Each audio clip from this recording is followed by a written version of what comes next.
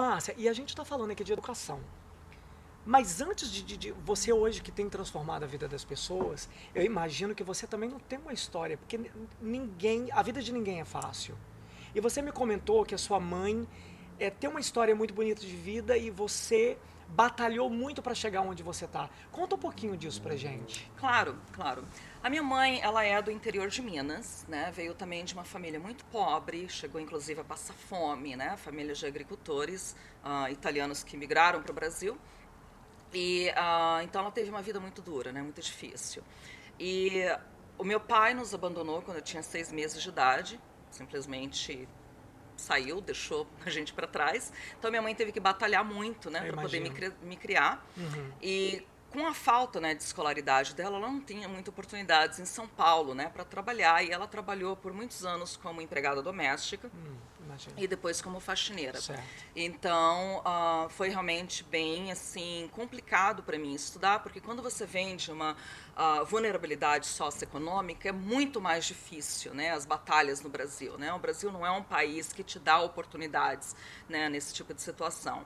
Então, eu comecei a trabalhar aos 13 anos de idade. 13 anos, Márcia? 13 anos. Eu dava Criança aula. Ainda. Eu dava aula de datilografia e digitação. Nossa, aos 13 anos você dava aula de datilografia, né? Eu lembro. Cheguei a fazer datilografia. Pois é, porque no Brasil, né, isso ainda era naquela época, né? Algo que as pessoas aprendiam. E aos 15 anos de idade, eu saí de casa por pura rebeldia, não tinha nada de errado, mas, né, rebeldia de adolescente. Coisas da vida, né, Márcia? Fui morar sozinha. Aos 15 anos de idade, você foi morar sozinha? Aos 15 anos de idade. Meu Deus do céu. Não durou muito, minha mãe acabou, né, indo morar comigo depois de um certo tempo. E assim, não tinha luxo em casa, tá? Minha mãe, ela na época fazia faxina. E eu vou te falar, assim, a gente não passou fome. Não posso nunca dizer que a gente passou fome. Certo. Mas também não tinha luxo. Tinha, claro, por exemplo, miojo, salsicha e ovo frito. Eu entendo, e olhe lá, Márcia. Por muito tempo era essa a refeição. A realidade de muitos dos milhões de brasileiros. E eu queria muito fazer faculdade, mas no Brasil, né, como eu disse, né, não tem muitas oportunidades. Realmente foi bem difícil. Eu entrei na PUC, que é considerada uma excelente faculdade. PUC é excelente. Mas é extremamente cara, né? Muito. Tem até uma brincadeira que PUC significa em São Paulo, puta universidade cara. Né?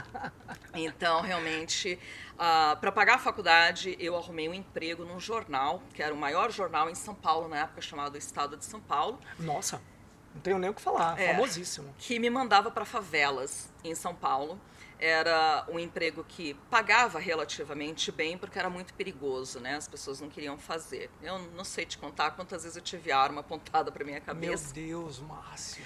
Porque eu tinha que pedir, né, autorização pro drug dealer, como é que fala? O traficante. Os traficantes, né, para poder trabalhar na favela. Ali. E naquela época não tinha celulares como hoje, né? Então, às vezes, a comunicação não se passava, né, para o soldado dele, né, que estava trabalhando na favela, e muitas vezes ele me levava de volta com a arma apontada para o traficante, para ter certeza que eu tinha autorização para poder trabalhar. Então, realmente foi, assim, uma época bem difícil. E eu, por exemplo, não tinha dinheiro para pagar o ônibus para voltar para casa. Nossa, Márcia. Da faculdade. Se eu pagasse o ônibus para voltar para casa, no dia seguinte eu não tinha dinheiro para poder ir trabalhar. Então, realmente foi bem batalhador. Eu andava a pé da faculdade para casa, da PUC para casa, 1h30 mais ou menos toda noite. 1h30 toda noite, Márcia. Com os códigos lá. Mas eu queria muito me formar e eu não tinha outra opção. No meu 2º ano de faculdade, minha mãe ficou doente e parou de trabalhar, porque ela, enfim, não podia trabalhar porque ela ficou doente. E eu tinha que ajudar mais com as contas de casa, né? E aí eu tive que tomar a decisão de parar de pagar a faculdade, porque não tinha outro jeito. E a faculdade, já sendo cara, você para de trabalhar, vira aquela bola de neve, né? Foi acumulando as mensalidades e, Nossa. enfim, né? Que ficou horrível. Aí, no meu 3º ano, ela voltou a trabalhar. E aí eu fui na faculdade, na secretaria, negociar a dívida. E nunca vou me esquecer do que a secretária da secretaria da PUC me disse quando eu fui negociar a dívida. Porque naquela época a gente não tinha tantas oportunidades, né, como hoje em dia tem de Fiesp ou todas essas... É verdade, o FIES não tinha nada disso, né? Educa Mais, tem um tanto de projeto. Não tinha. Então, eu tinha o crédito educativo, que eu nunca me qualificava porque eu trabalhava, então eu tinha que pagar mesmo. Sim. Enfim, eu fui na secretaria negociar a dívida E quando eu entreguei toda a documentação que me pediram, a moça da faculdade vira e fala para mim que filha de faxineira não faz PUC. Que se eu não tivesse condições de pagar a faculdade, eu que trancasse, saísse, porque aquilo não era um lugar para filha de faxineira. Márcia.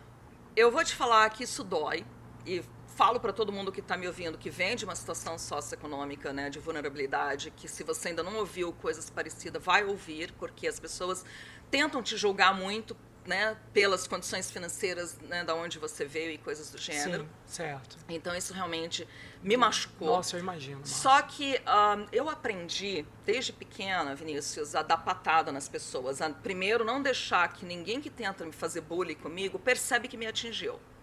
Óbvio que eu sou ser humano, entendeu? Que isso me atinge. É uma defesa que você, autodefesa que você criou. Exato, assim, você não vai ver na minha cara que você me atingiu. Certo. Então, dei a resposta para ela, fui embora, consegui terminar a faculdade. Nossa, que lindo. Não pude participar da minha formatura, porque eu não tive dinheiro para pagar Nossa, a formatura, Márcia. porque todo mundo na minha faculdade eram ricos, então eles tinham dinheiro para pagar, eu não tive, não pude participar da formatura.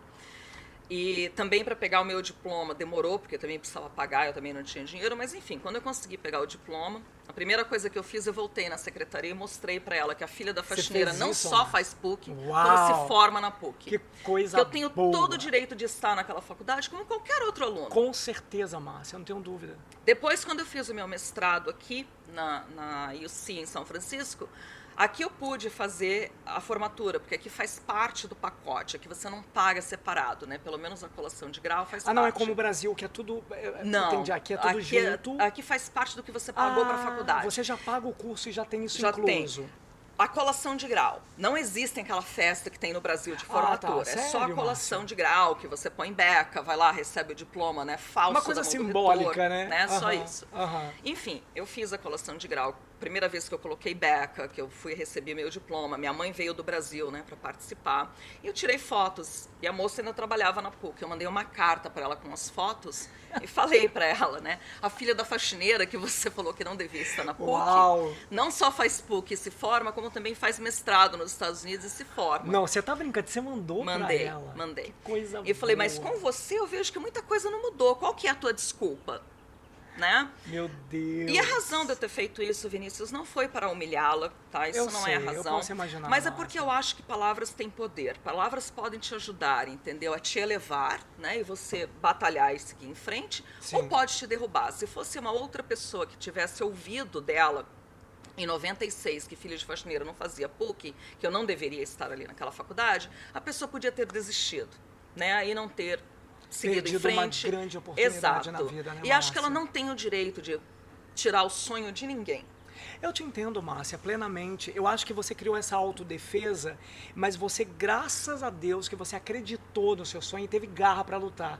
Porque muitas pessoas que se deixam ser influenciadas por uma palavra dessa, que é muito poderosa, devasta a vida da pessoa, cria sequela e trauma pro resto da vida. Sim.